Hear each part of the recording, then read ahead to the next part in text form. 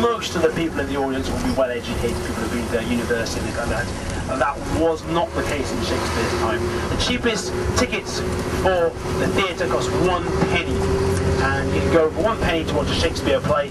Actors who were travelling around the country at that time. Now, in those days, the only place in the whole of England which had a theatre was London. That was the only place in the whole of the country.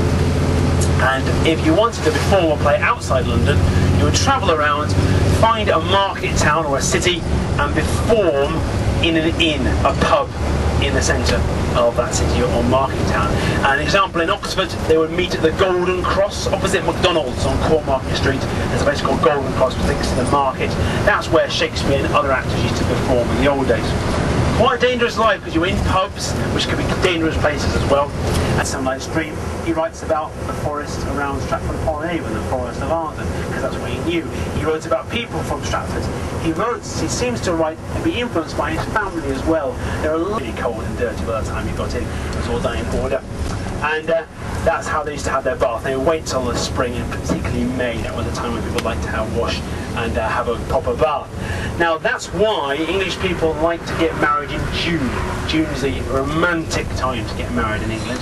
The reason for this is because people had their baths in May, and then that meant if you got married in June, your husband or wife was quite clean because they had a bath just a few weeks before, and that's why it's a good time to get married in June. She'd have all the British word, the ancient British word for river. So Avon just means river. It's still in Wales. That's still the word for river is Avon in Welsh, in the Welsh language.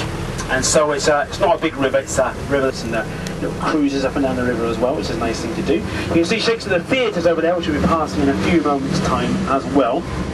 And joining up to the river, you've also got the canal network as well, so there's lots of places around here. Cox's Yard over on the left-hand side, that's a good place to sit and have a drink or have some lunch right on the riverbank. And just good timing, just got the sun's coming out just for us as we arrive in Stratford-upon-Avon. So lots of places to sit around there. Now there's a statue of William Shakespeare just here on his chair over there on the left-hand side, and that's a statue from the 19th century. It's got a few of his famous characters around. That's Falstaff, that fat man there. There's Lady Macbeth washing her hands washing the blood from her hands after committing murder. There's Prince Harry and Henry V in front of us, and the man in the corner over there thinking is Hamlet, doing what you're always thinking, sitting this way. And we'll be parking at the very top of the hill up this way here. But at the moment we're going to go along the waterside. There's a nice pub on the corner called the Encore, which does food. Next to that you've got McDonald's as well. And there's also Carluccio's, which is Italian food as well, which is a nice place to Italian food. It's downstairs, and they used to perform plays upstairs. That's where you learned how to act. There's a church on the right-hand side where John Shakespeare's job was to paint over the Catholic pictures with whitewash in the churches here, which you can go and visit for free as well. And that's where Shakespeare died. But the house is gone. The garden is still there. You can visit the garden. They're doing some archaeology there at the moment. You want to go and have a look at how they're doing that there. But the house was knocked down in the 18th century. But don't worry, you can still see the house where Shakespeare was born, not the house where he died in 1616, but where he was born in 1564. Now, on the left-hand side here, there's another nice wooden house here. This is called Harvard House.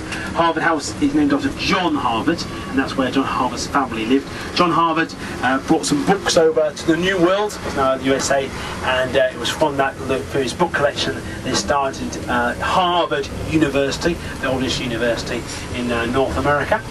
And so that's a family that his family would have known Shakespeare's family. They were around here at the same time.